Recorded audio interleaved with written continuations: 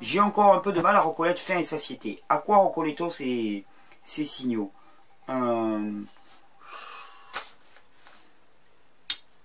C'est très difficile, c'est très individuel. C'est pour ça que c'est à chacun vraiment de faire son expérience. Mais globalement, ce qu'on peut dire, c'est que la satiété, c'est dans l'absolu, on pourrait dire que c'est la première sensation qu'on a au niveau de l'estomac. La première sensation qu'on a au niveau de l'estomac, la première sensation où, hop, on se dit j'ai un estomac, ben ça c'est la vraie satiété. C'est-à-dire, mais par contre ça ne veut pas dire que tu vas t'arrêter là.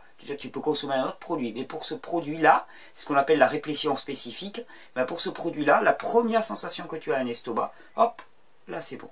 Là c'est bon, c'est pas la peine de manger plus. Mais le problème c'est qu'après, on veut plus. Pourquoi? Parce que nous sommes embringués dans cette psychose paranoïaque qui pense que ce qui était bon à un instant sera bon à l'instant suivant, et donc on continue. On continue pour avoir encore plus de plaisir. Ce qu'on ne voit pas, c'est que eh bien, au moment où on commence à consommer un produit où on en a un vrai besoin, le plaisir il est à son maximum, et puis après le plaisir il diminue, diminue, diminue, diminue.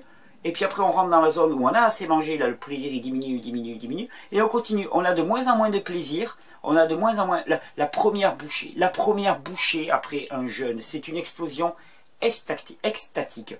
Eh bien, cet état-là, on peut y être, mais il faut apprendre à respecter ses besoins, et à les entendre, et à les connaître. Et ça, c'est individuel, c'est un chemin individuel. Et il n'y a que parce que tu expérimenteras le trop, qu'à un moment tu diras, mais basta, j'en ai assez, parce que tu auras expérimenté le trop, que tu pourras savoir quelle est la vraie valeur. C'est pour ça, n'ayez pas peur d'aller explorer les limites, parce que si moi je vous dis, ah ben la limite c'est, il faut que tu manges au moins 3000 calories par jour, ça veut rien dire. Ça veut strictement rien dire. Il faut que tu n'en manges pas plus que 1500. Ça ne veut rien dire. C'est à vous d'estimer et de jauger vos valeurs, parce que ces valeurs, elles vont changer tout le temps.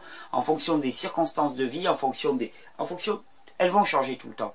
Donc, il est très très important que vous puissiez vous étalonner vous-même, de bâtir votre propre outil, se libérer de la nécessité de se référer à une autorité supérieure.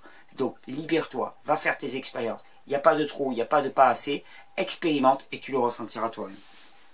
Voilà Fanny, voilà ce que je peux te dire.